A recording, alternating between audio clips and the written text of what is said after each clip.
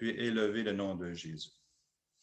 Bien, ceci étant dit, eh bien, je vais vous parler de la prière ce matin, parce que c'est ça que Dieu a mis à cœur de vous partager aujourd'hui.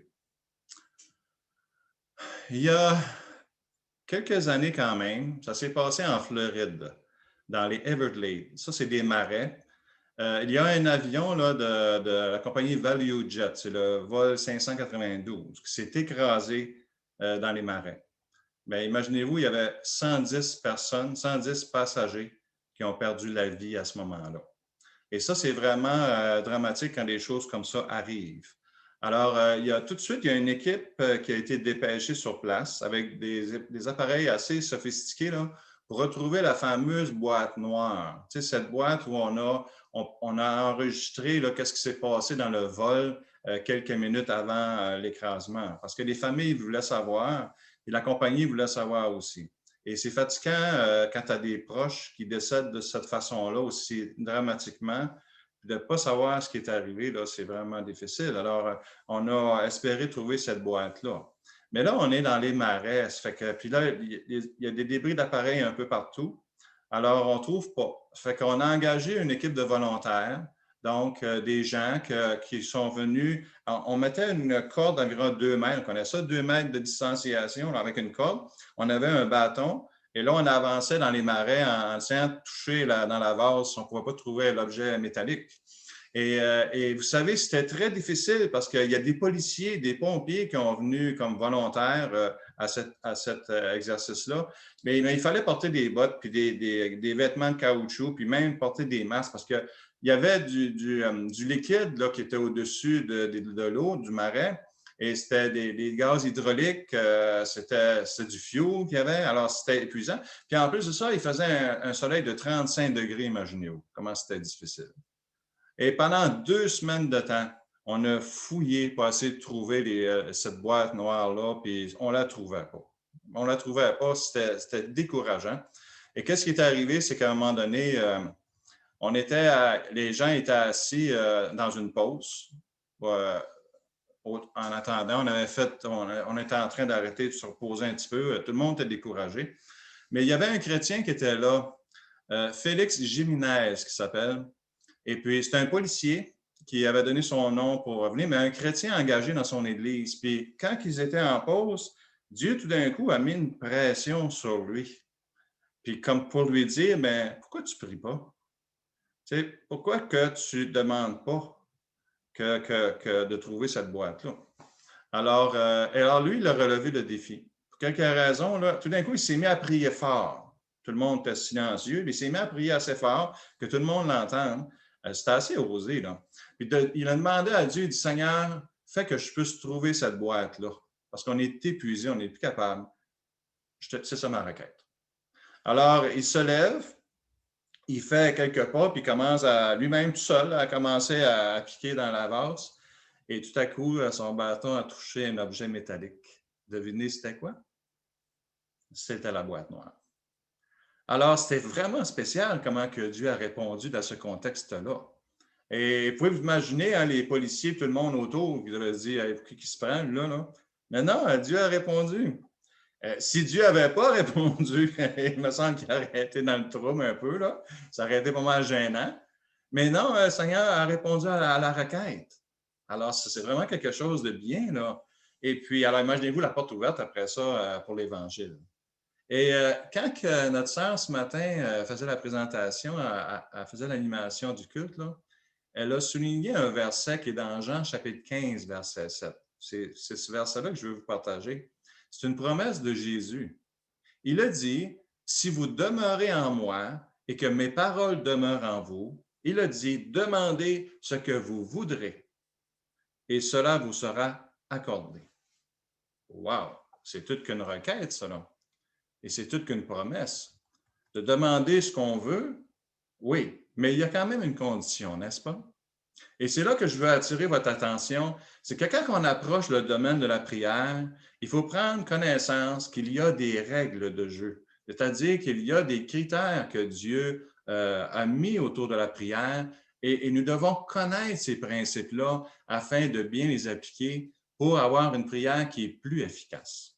Alors, ici, dans ce verset, il s'agit de demeurer dans la parole. Ce qui veut dire qu'on doit comprendre la parole de Dieu puis la mettre en pratique dans notre vie, et que ces principes-là, de les obéir ou de les agréer, et puis que Dieu va agir selon sa volonté, n'est-ce pas?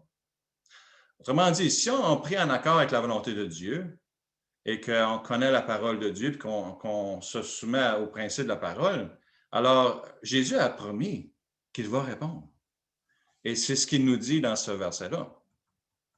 Dieu, dans le cas du sergent Jiménez, là, il a touché sa foi et son courage aussi. Il a répondu à son courage. C'est pas évident devant tous ses copains de travail là, de faire une chose comme ça. Mais Dieu le bénit. Dieu le bénit pour sa foi. Et il y a plusieurs raisons pour lesquelles Dieu a pu le faire. J'imagine aussi pour les familles en deuil, pour aussi la fatigue que tous ces volontaires-là qui sont venus travailler. Et finalement, imaginez-vous comment il y a des gens qui ont pu se tourner peut-être vers Dieu en disant « Hey, il s'est passé quelque chose d'assez particulier. » Alors, je vous relis le verset Jean 15, 7. « Si vous demeurez en moi, ça c'est Jésus, donc si vous demeurez en Jésus, et que les paroles du Seigneur demeurent en vous, et la promesse, c'est demander ce que vous voudrez, et ça va vous être accordé. » Alors, il y a une révélation qui est très nette de la part de Dieu, c'est qu'il existe des conditions que Dieu réponde à nos prières. Ce sont des principes à appliquer. J'ai participé à un groupe de prière dernièrement sur le Zoom avec des frères dans la région de Montréal. Puis il y a un pasteur qui, à un moment donné, nous a partagé une histoire assez spéciale. Il avait pris une entente avec son fils que s'il dépassait à 7 heures le soir, qui n'était pas rentré à 7 heures, il voulait que son fils, son adolescent, prenne le téléphone et l'appelle pour lui dire « Garde, n'inquiète pas, père, là, j'arrive, je vais t'arriver un peu en retard et tout ça. » Alors, c'est l'entente qu'il avait pris avec son fils. Maintenant, à partir de 7 heures, pas de nouvelles. 7h15, 7h30, 7h45, pas de nouvelles encore. Alors, le père commence à s'inquiéter, là. Alors, ce qu'il fait, c'est que, parce que surtout dans la région de Montréal, là, on ne sait pas à quoi s'attendre, c'est une population qui est dense quand même. Alors, il vient devant Dieu, inquiet, et dit à Dieu, « Père, je veux que tu me répondes, parce que je ne sais pas ce qui se passe, je suis inquiet, mon fils est-tu en danger, tout ça. » Et là, il ose faire cette prière à Dieu. « Seigneur, je veux que tu me donnes une réponse là, avant 9 heures. Ne dépasse pas 9 heures là, pour que je sois trop inquiet. » Et Dieu a répondu. Il a répondu à sa requête, imaginez-vous, à 9 heures moins 2. 9 heures moins 2. Ah, c'est vraiment quelque chose. Et c'est certain que là, ce pasteur-là était vraiment content. Il a dit « Merci Seigneur », mais là, après ça, il a fait une joke. Il nous a dit « Ouais, il dit là, j'ai dit au Seigneur, tu aurais pu me répondre à 8h30. C'était pas d'attendre à 9 heures moins 2. » Là. C'était vraiment drôle, ça. Mais des fois, Dieu fait des choses comme ça pour éprouver notre foi. Et Dieu, c'est pas que Dieu n'est pas capable de répondre à nos prières, c'est parce que lui, il cherche quelque chose à travers nos prières. Et Jésus, quand il a dit « Demeurez en moi, que mes paroles demeurent en vous », alors il veut qu'on ait ici une relation avec Dieu qui est plus près de lui. Et c'est pour ça qu'il a donné la prière de répondre à nos prières aussi. Alors, ce n'est pas d'hier que Dieu répond à la prière de ses enfants. Et pourquoi est-ce que Dieu répond à nos prières parfois? Parce que la Bible dit, dans Jacques 5,16, que la prière fervente du juste a une grande efficacité. Ce qui veut dire que nos prières là, peuvent devenir efficaces. Alors, il faut juste apprendre à les travailler. Alors, quand les chrétiens se mettent à prier pour quelque chose, vous savez, Dieu est à l'écoute et il va répondre. Parfois, la réponse de Dieu, c'est oui, puis des fois, c'est non. Là. Puis des fois, ça prend un peu de temps, oui, parce que Dieu n'est pas pressé non plus. Mais il va répondre selon sa volonté, n'est-ce pas? Et voici ce qu'on est capable d'affirmer par rapport au domaine de la prière. C'est que si vous voulez que vos prières soient efficaces dans votre vie, eh bien, vous devez les présenter à Dieu selon des critères et des principes qui sont approuvés par Dieu. Et c'est ce que nous allons voir ce matin parce que je vais vous emmener dans un texte où il y en a des principes que Dieu a donnés pour nos prières, et c'est dans Matthieu chapitre 6. Alors, si vous avez votre Bible tout près, vous pouvez aller ouvrir dans Matthieu chapitre 6. On va lire un enseignement de Jésus. C'est dans un sermon que Jésus, on appelle le sermon sur la montagne. Sermon sur la montagne, Matthieu, c'est chapitre 5 au chapitre 7. Et au cœur de ce sermon-là, Jésus nous a adressé des principes concernant la prière. Et la Bible parle beaucoup de la prière, n'est-ce pas? Écoutez bien, Jésus priait. Jésus priait. Est-ce qu'il avait besoin de demander à Dieu des réponses à ses prières? Il est lui-même le Fils de Dieu. Il aurait pu, d'un simple claquement de doigts, le Seigneur a accompli un miracle, changer un cœur, fermer une porte, ouvrir une porte. Malgré tout, Jésus a prié. Il a prié quand il a choisi ses disciples. Il a prié avant que Lazare ressuscite. Il a prié avec la multiplication des pains. Alors, Jésus allait souvent se lever tôt le matin pour aller prier. Alors, qu'est-ce qu'on doit apprendre de cela? Eh bien, on apprend que c'est le propre de l'homme de prier Dieu. Et Dieu veut que l'homme prie. Dieu veut que la femme prie. Dieu veut que les enfants prient. Alors, on va commencer avec ce texte-là dans Matthieu 6, si vous voulez bien. Puis écoutez ce que Jésus nous enseigne, tout simplement. Il dit, Matthieu chapitre 6, verset 5. Il dit, lorsque vous priez, eh bien, ne soyez pas comme les hypocrites qui aiment à prier debout dans les synagogues au coin des rues pour être vus des hommes. Je vous le dis en vérité, ils reçoivent leur récompense. Mais quand tu pries, entre dans ta chambre, ferme ta porte et prie ton Père qui est là dans le lieu secret. Et ton Père qui va dans le secret te le rendra. Ensuite, en priant, ne multipliez pas de vaines paroles comme les païens qui s'imaginent qu'à force de paroles, ils seront exaucés. Ne leur ressemblez pas, car votre Père sait de quoi vous avez besoin avant que vous le lui demandiez. Et Jésus a dit, voici donc comment vous devez prier. Notre Père qui est aux cieux, que ton nom soit sanctifié, que ton règne vienne, que ta volonté soit faite sur la terre comme au ciel. Donne-nous aujourd'hui notre pain quotidien. Pardonne-nous nos offenses, comme nous aussi nous pardonnons à ceux qui nous ont offensés. Ne nous induis pas en tentation, mais délivre-nous du mal ou du malin. Car c'est à toi qu'appartiennent dans tous les siècles le règne, la puissance et la gloire. Amen. Voilà. Bien, on va commencer avec ce passage-là.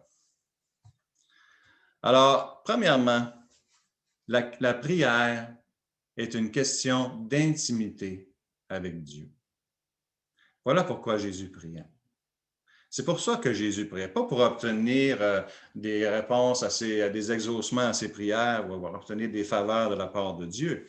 Comme je l'ai dit tantôt, lui-même, il est le Fils de Dieu, Dieu fait chair. Mais d'entrée de jeu, avez-vous remarqué les paroles de Jésus? Chapitre 6, verset 5. Il dit « lorsque vous priez ». Lorsque vous priez. Il ne dit pas si jamais vous veniez à prier ou quand vous vous réunissez pour prier ou quand vous voulez prier. Il parle de la prière plutôt comme un exercice quotidien, quelque chose qui est répétitif, qui est continuel dans la vie d'un enfant de Dieu. Ça fait penser à Paul quand Paul a dit prier sans cesse, tu sais, dans 1 Thessaloniciens. Alors, la prière fait partie de la vie d'un disciple.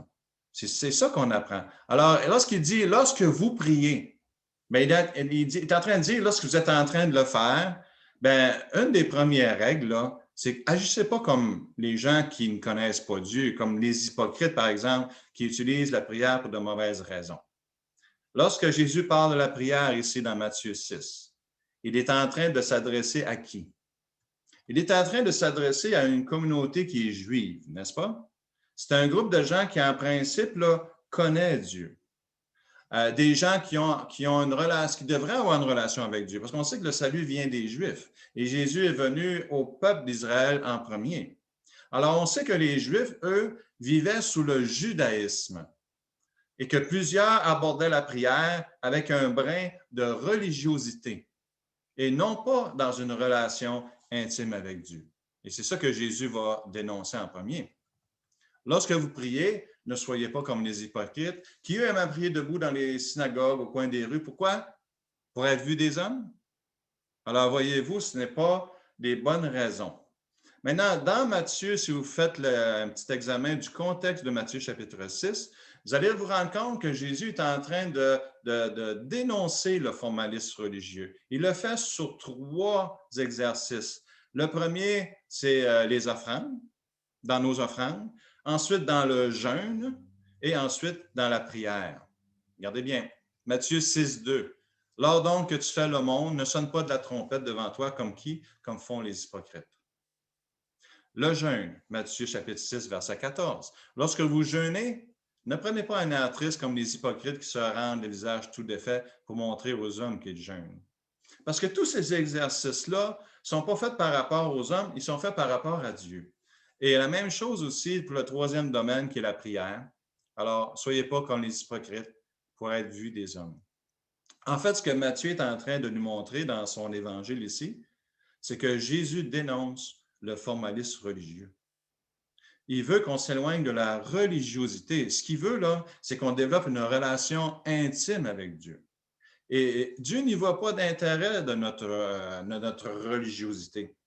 Il vaudrait mieux ne pas donner, ne pas jeûner, puis ne pas prier que d'agir par automatisme ou par religiosité, parce que le but de la prière, c'est de développer notre relation avec Dieu. Alors, Jésus place ici la prière vraiment à un autre niveau.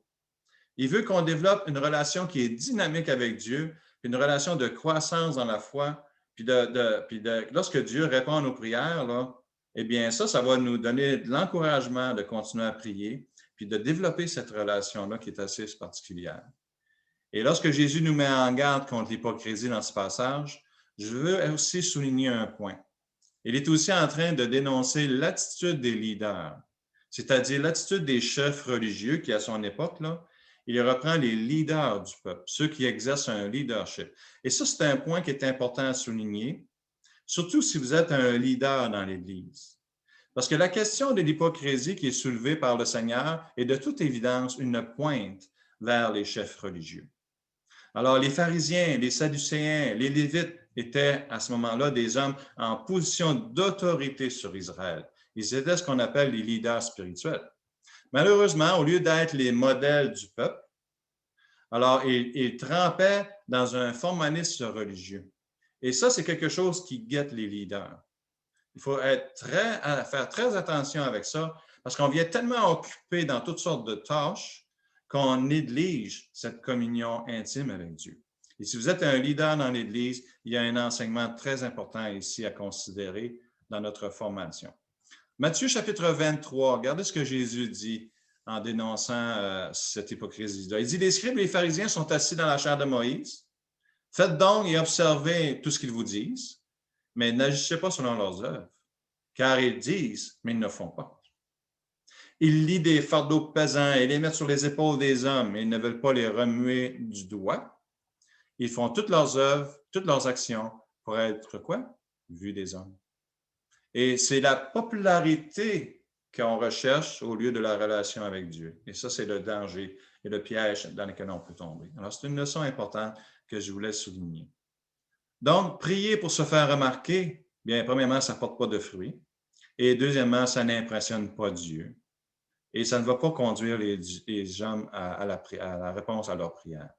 Alors, Jésus a dit, voici, verset 7. Un autre principe important, Matthieu chapitre 6, verset 7. Il dit, en priant, ne multipliez pas de vaines paroles, comme les païens qui s'imaginent qu'à force de paroles, ils seront exaucés. Ne leur ressemblez pas, car votre Père, regardez bien ici, sait de quoi vous avez besoin.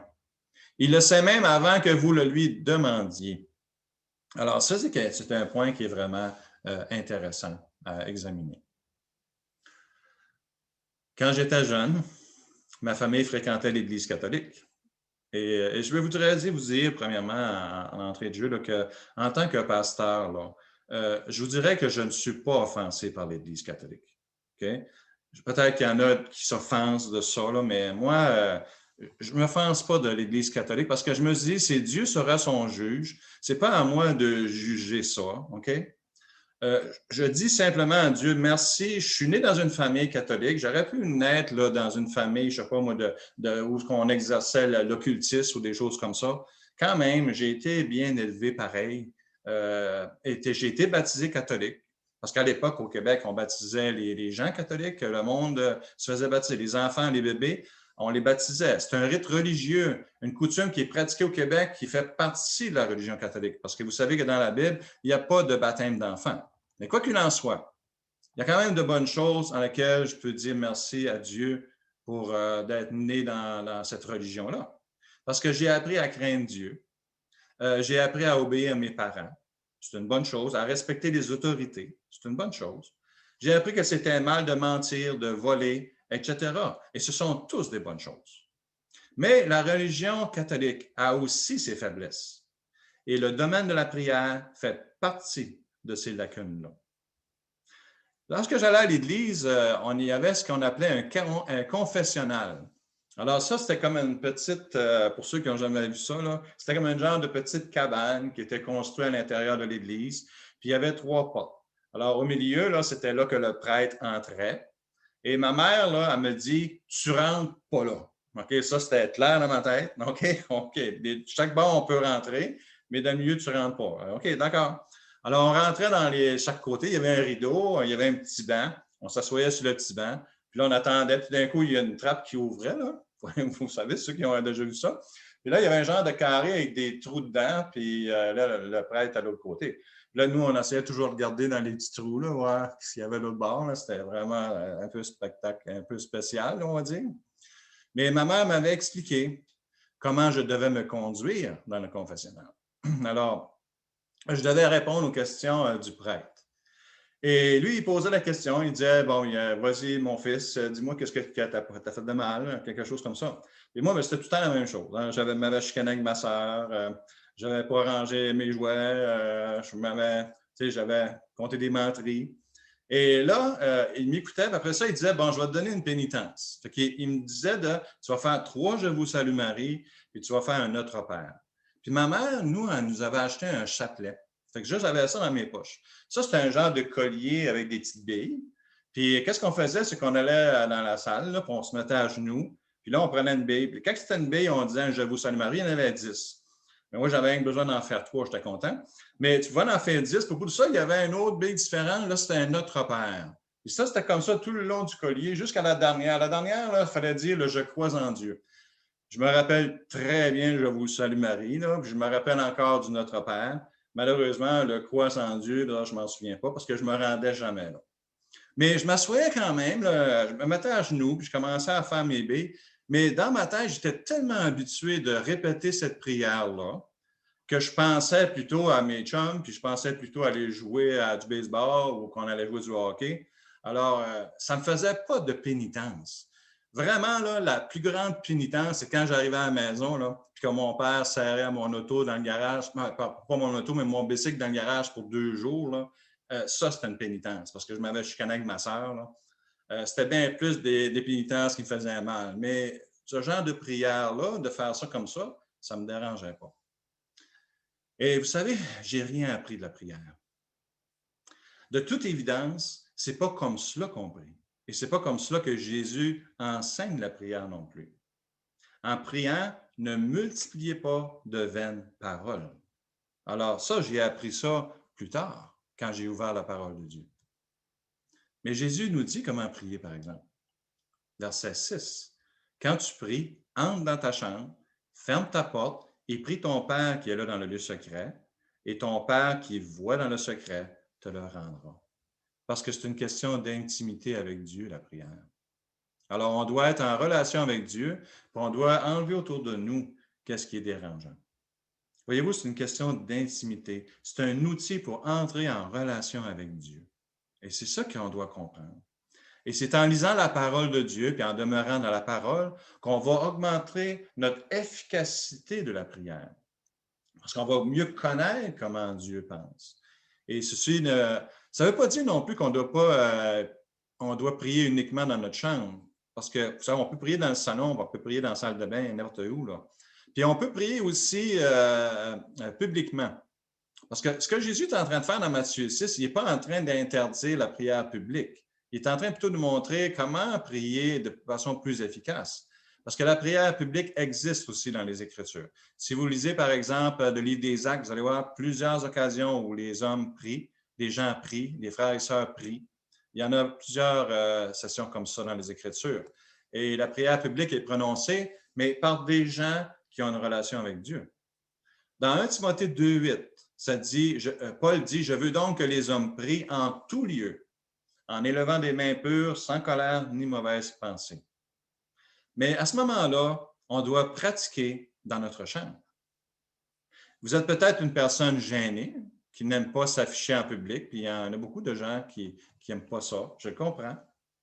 Mais si vous pratiquez, vous arriverez peut-être à bien le faire, parce que c'est une source d'édification pour votre Église. Vous savez, on peut écouter la prière des autres, mais quand on prie nous-mêmes, on encourage les autres aussi.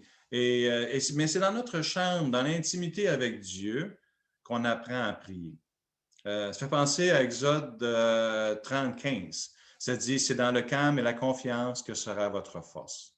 Il est bon de se pratiquer à prier. Parce que la Bible dit, priez les uns pour les autres et aussi priez les uns avec les autres. Dans Jacques 5:16, il dit, confessez donc vos péchés les uns aux autres, priez les uns pour les autres. Alors, voyez-vous, il y a de la place pour faire ça. Et en tant que croyant, c'est quelque chose qu'on doit développer. C'est un défi pour certaines personnes, mais ce serait dommage de se priver, de prier les uns pour les autres, alors que Dieu nous demande de le faire. De prier pour les églises, les missionnaires, les pasteurs, etc., pour les ministères. Et pourquoi priver l'Église des prières publiques? Dieu veut répondre aux prières. Il a dit, quand on est 2 ou 3 assemblés en son nom, il est au milieu de nous. Alors, quand on y pense, la prière en Église est relativement assez puissante. Parce que quand l'Église prie, là, Dieu agit. Alors, voilà. Alors, il y a bien d'autres principes qui sont dans les Écritures, mais on va continuer à examiner ce que Jésus nous enseigne dans Matthieu chapitre 6. Alors, question. Comment dois-je prier? Qu'est-ce que je dois dire dans mes prières? Qu'est-ce qui doit ressortir de mes prières? Eh bien, Jésus répond à la question. Verset 9. Il dit, « Voici donc comment vous devez prier. » Et vous allez voir, quand on va analyser la prière que Jésus nous propose, et vous allez voir que là-dedans, il y a une suite logique, spirituelle pour nos vies chrétiennes. Alors, on va commencer avec les 2 premiers versets. Voici donc comment notre Père qui est aux cieux, que ton nom soit sanctifié, que ton règne vienne, que ta volonté soit faite sur la terre comme au ciel. Jésus a dit de ne pas répéter les prières comme font ceux qui ne connaissent pas le Seigneur. Alors, ce n'est pas la question de répéter la prière, mais de comprendre sa signification. Qu'est-ce qu'on doit retenir de ce que Jésus nous enseigne ici ce matin? Eh bien, les 2 premiers versets de ce passage-là, versets 9 et 10, eh bien, ça concerne la personne de Dieu. Et dans ces 2 versets, il y a 4 aspects auxquels nous devons porter notre attention. Alors, il y a sa paternité, son nom, son règne et sa volonté. Alors, voyez-vous, Dieu connaît déjà nos requêtes. Et nous allons les lui partager, mais il le sait déjà. Il veut qu'on lui partage nos requêtes, oui, mais il les connaît déjà. Il sait déjà qu'est-ce qu'on va demander. Alors, de son point de vue, voici qu'est-ce qu'il veut entendre de nous. Alors, le premier point, Jésus dit, « Notre Père qui est aux cieux ». C'est-à-dire que dès les premiers mots de ce verset-là, c'est de nous rappeler à qui nous avons affaire, de prendre conscience de cela. Dieu est notre Père, notre Créateur, il est notre Papa. C'est lui qui a décidé le nombre de jours que tu vas vivre sur cette terre. C'est lui qui t'a donné ta personne, ton identité, même quand tu étais dans le ventre de ta maman. Il connaît le nombre de cheveux que tu as sur la tête. Il sait qui tu es. C'est lui qui a soufflé un souffle de vie dans ton corps avant même que tu naisses. Il t'a créé. Et c'est ce que Dieu veut entendre, tes premières paroles. C'est la reconnaissance d'être un enfant de Dieu et de lui dire, bien, merci Seigneur de m'avoir créé comme ça. Il ne s'agit pas de répéter cette prière-là. Alors, si dans ma chambre, je commence par adorer Dieu, par exemple en disant merci, je te loue Seigneur parce que tu es mon papa. Eh bien, parce que tu m'as donné la vie, le don de la vie. Eh bien, vous savez, là, je commence à apprendre à prier. Je suis en train de faire mes premiers pas dans l'efficacité de la prière. Puis ensuite de ça, dans une prière publique, je pourrais faire la même chose. Je te loue, Seigneur, parce que tu es notre papa. Puis quand on est en public, on laisse faire le je, on le remplace par le nous. Alors, dans ma chambre, Seigneur, je te remercie pour le don de la vie. Dans l'Église, Seigneur, nous te remercions pour le don de la vie. Voyez-vous? Alors, on peut transférer notre façon de prier, nos prières d'un point à l'autre. Et c'est des pas dans la bonne direction. Beaucoup de frères et de sœurs se limitent à ne pas prier en public, mais dans un sens, si on apprend à prier, on pourrait témoigner de l'amour de Dieu dans notre vie. Qu'est-ce que Dieu a fait dans ta vie cette semaine? Comment est-ce que tu pourrais le partager à tes frères? Hein, de remercier Dieu pour cela. Et ceux qui l'entendent seront édifiés. Que ton nom soit sanctifié. Le nom d'une personne, c'est son identité. Alors, à l'école, au travail, dans les loisirs, le nom nous identifie. Dans l'Ancien Testament, le nom d'une personne avait même quelque chose de prophétique, n'est-ce pas? Par exemple, Jésus veut dire sauveur. Il est tout à fait de circonstance que Jésus est notre sauveur. Emmanuel veut dire Dieu avec nous. Et le nom de Dieu a une multitude de significations. Si vous voulez faire une petite étude dans la parole de Dieu, vous allez vous rendre compte qu'il y a pas mal de noms qui tournent autour de Dieu. Le premier nom dans la Bible, le premier mot de la Bible, Dieu créa les cieux et la terre, c'est le nom Elohim, qui nous enseigne déjà la pluralité de Dieu, donc sa trinité, déjà au départ. Adonai, le Seigneur, le bon berger, Yahvé, l'Éternel et tout ça. Alors, le nom de Dieu est sanctifié, c'est qu'il est mis à part. Il n'y a pas d'autre nom comme le sien. Alors, juste avec son nom, je peux prier. Tu es celui qui pourvoit, celui qui m'aime, celui qui a donné sa vie pour moi. Puis dans l'Église, je pourrais dire, tu es celui qui nous aime, qui a donné sa vie pour nous. Merci, merci, Papa. Que ton règne vienne. Dieu a annoncé la création de nouveaux cieux et une nouvelle terre. Cela veut dire que nous sommes de passage sur la terre. Prends conscience de cela. Jésus règne déjà dans le ciel et sur la terre, n'est-ce pas? Puis il y a un nouveau monde qui est à venir. Alors, tout pouvoir lui a été remis. Et on nous annonce qu'il reviendra sur la terre pour établir son royaume. Et ce royaume-là est déjà en préparation. Encore une fois, je peux formuler une prière. Tu viendras bientôt nous chercher. Qu'est-ce que tu veux qu'on fasse, Seigneur, en attendant? Que ta volonté soit faite sur la terre comme au ciel. Bien, Dieu va répondre à la prière, mais il va répondre selon sa volonté. Ça veut dire que si je formule une prière selon la volonté de Dieu, je vais être exaucé. C'est clair? Alors, je dois me poser la question, est-ce que je demande quelque chose en accord avec la volonté de Dieu? Et Dieu va répondre à ma prière selon sa volonté. Et ce n'est pas parce que Dieu n'est pas capable de répondre aux prières. Hein? Parce que quand on lit l'Écriture, il a déjà arrêté le temps parce que Josué lui a demandé des choses assez spéciales. Hein? Il a déjà fait flotter une hache sur l'eau. Je pense au temps d'Élie ou Élisée. Il a dit à la tempête, tais-toi. Oh, le Seigneur, il est puissant. Ce n'est pas lui le problème. C'est nous qu'on doit apprendre que la volonté de Dieu se fasse. Et cela, ça s'apprend. Les deux autres affirmations dans la prière du Notre Père, là, ça concerne notre vie quotidienne, c'est-à-dire notre santé physique, notre santé mentale et émotionnelle. Alors, allez voir la prière maintenant, comment c'est formulé. La première requête concerne notre nourriture. Jésus a dit, donne-nous aujourd'hui notre pain quotidien. Qu'est-ce qu'on doit comprendre? C'est qu'à chaque jour, nous avons besoin de se nourrir, de boire, et il nous a créé des êtres en état de nécessité, n'est-ce pas? Genèse 2, 27, je l'ai souvent mentionné ça. Dieu veut étendre sa main pour nous bénir dans nos besoins, mais il veut aussi nous instruire dans le domaine de nos besoins. Alors, c'est quelque chose aussi qu'on peut traverser avec Dieu. Et nous avons besoin de prier. Pourquoi? Bien, pour la nourriture, le manger, le boire, un toit sur notre tête. Dieu a répondu à ma requête. Là, vous avez prié pour ma maison, vous avez prié pour un logement. Il a répondu. C'est ça qu'on a demandé. Il a répondu. Merci pour vos prières encore. Notre santé physique, on peut prier pour ça. Faire face à nos maladies. La sécurité de nos familles. Prier pour notre travail, notre subsistance. Et tout ça fait partie du pain quotidien. Ce sont des éléments pour lesquels nous devons prier et que Dieu aime entendre nos prières. Dans Matthieu 6, 26, Jésus a dit, « Regardez les oiseaux du ciel. Ils ne sèment, ni ne moissonnent, ni n'amassent rien dans les greniers, puis votre Père céleste les nourrit. Et vous valez beaucoup plus qu'eux. » Alors, c'est intéressant de ces enseignements que Jésus nous donne.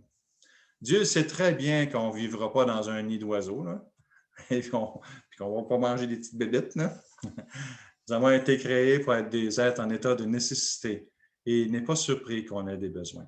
Alors, on peut lui adresser ces choses-là et je pense que ça fait partie de cet élément-là. Et l'autre élément qui suit la prière, bien, est beaucoup plus délicat parce qu'il concerne maintenant nos relations interpersonnelles et cela fait appel à notre équilibre mental et émotionnel. Il a dit au verset 12, « Pardonne-nous nos offenses, comme nous aussi nous pardonnons à ceux qui nous ont offensés. » Alors, ce qu'on sait, c'est que nous avons besoin d'être pardonnés pour nos fautes et nous devons confesser nos fautes parce que nous sommes avec une nature pécheresse. Alors, c'est notre responsabilité de garder notre cœur pur devant Dieu. Alors, nous devons prendre l'habitude de venir au trône de la grâce pour confesser nos péchés et de demander au Seigneur de nous faire grandir. Dans Jean 1,9, il dit, « Si nous confessons nos péchés, il est fidèle et juste pour nous les pardonner et pour nous purifier de toute iniquité. » Wow! Parce que nous sommes nés avec une nature pécheresse et Dieu le sait. Et il le sait tellement qu'il est obligé de livrer son Fils à la croix pour nous libérer de la condamnation de nos péchés. Mais maintenant, il veut qu'on confesse ces choses-là. Il veut que dans notre relation intime avec lui, nous pouvons lui dire, « Seigneur, je reconnais ces choses-là et je te demande pardon pour ça. Je cherche à avoir un cœur pur maintenant. Aide-moi avec ça. » Mais il y a une autre clause dans ce contrat de prière-là, et on doit aussi accorder le pardon à ceux qui nous ont offensés. Et ça, c'est un autre paire de manches. Dieu a dit, tu aimeras le Seigneur ton Dieu de tout ton cœur et tout ça, mais tu aimeras aussi ton prochain comme toi-même. Et vous serez d'accord avec moi pour dire que c'est facile d'aimer quelqu'un qui est aimable. Hein? Facile d'aimer quelqu'un qui nous aime, qui nous dorlote, qui prend soin de nous, qui ne nous fait pas de mal. Et ça pourrait, mais quand quelqu'un nous fait du mal, quand quelqu'un nous insulte ou qu'il fait un geste envers nous qui provoque en nous de la souffrance, eh bien, là, on devient comme en danger. Puis si on ne fait pas attention à ça, il se pourrait bien qu'on finisse par développer de la haine soi-même, commencer à détester la personne qui nous a fait du mal, et ça va déranger notre santé mentale, notre santé émotionnelle. Alors, c'est quelque chose qui peut nous attaquer. Le danger quand on ne pardonne pas, bien, c'est de développer quoi? De l'amertume, de la colère, du ressentiment. Et on pourrait vivre comme ça pendant des années, dépendant du mal qui nous a été fait. Parce que plus le mal est creux, et plus là, le temps va agir. Et ça va prendre plus de temps. Plus l'offense est grave, et plus ça risque de prendre du temps pour guérir nos blessures. Et vous savez quoi? Tout le temps que vous prenez pour ressasser votre douleur, la personne qui vous a fait du mal là, ne pense même plus à vous. Elle a passé à d'autres choses. La seule personne qui reste avec cette souffrance-là, c'est vous, puis vous n'êtes pas l'offenseur, vous êtes la victime. Alors, qu'est-ce qu'on fait avec ça? Eh bien, Jésus nous donne la solution. On doit pardonner pour ouvrir la porte à la guérison. Et le pardon des offenses n'est pas un outil pour dégager la personne qui nous a fait du mal à cause de son péché, mais pour nous protéger, nous, contre le mal. C'est important de comprendre ça. C'est pour ça que Dieu nous demande de pardonner. C'est pour nous dégager d'un mal encore pire.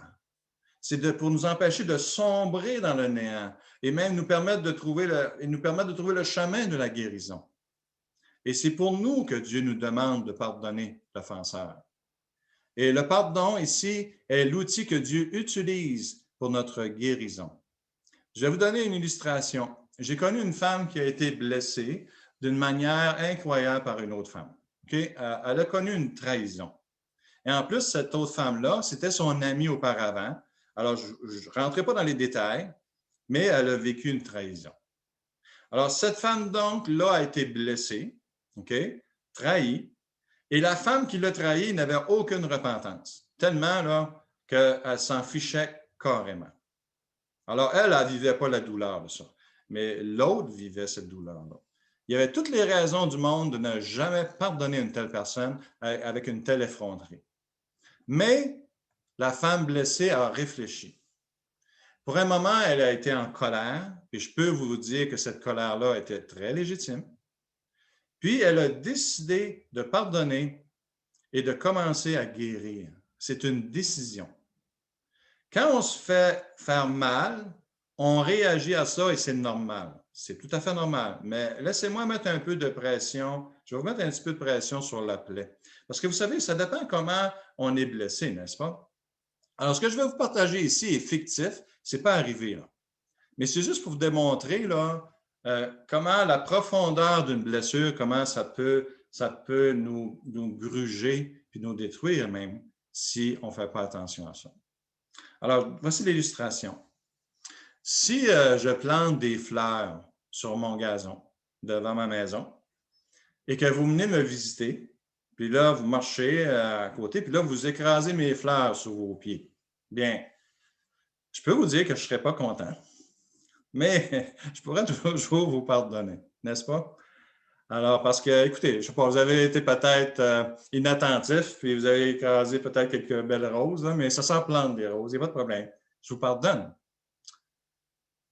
Mais si vous venez rouler sur mon gazon avec votre voiture, en faisant des starts là, pour détruire la pelouse, là, eh bien, je pense que vous allez me mettre en furie.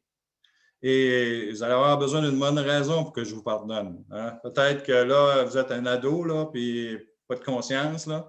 En tout cas, c'est quelque chose que j'aimerais vraiment pas.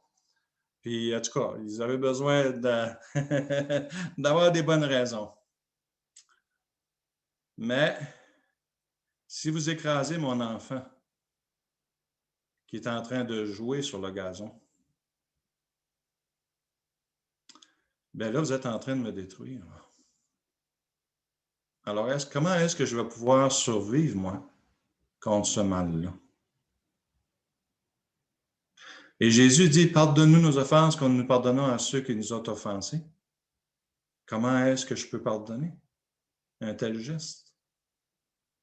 Parce que voyez-vous, ça fait mal. Ça fait très mal. Et je n'ai pas envie de pardonner naturellement. Maintenant, avez-vous remarqué le verset qui vient tout de suite après? Le verset 13, Matthieu 6, 13. Il dit, ne nous induis pas en tentation, mais délivre-nous du malin. Quand on souffle, c'est normal d'être en colère. Mais cette colère-là, là, c'est une énergie, ça. C'est une énergie qui est non souhaitable, non souhaitée. Une énergie qui peut nous perdre et nous faire souffrir là, pour des années et des années. Puis là, on a besoin d'aide. Et on relie souvent le verset 13 à la tentation du genre, on doit s'éloigner du péché, ne nous laisse pas aller dans le péché, dans ma nature. Oui, ça va de soi, je peux voir ça, là. Mais je crois que Jésus a insisté sur ce verset pour nous mettre en garde contre le fait de ne pas pardonner. Parce que quand on ne pardonne pas, il y a un processus qui s'enclenche dans nos vies, dans nos cœurs, et qui peut nous induire en tentation et qui peut nous ouvrir une porte même au malin. Parce que qu'est-ce qui se passe quand je ne pardonne pas? C'est qu'une personne blessée là, sera en colère, ce qui est tout à fait normal. Mais cette colère-là va se transformer en amertume.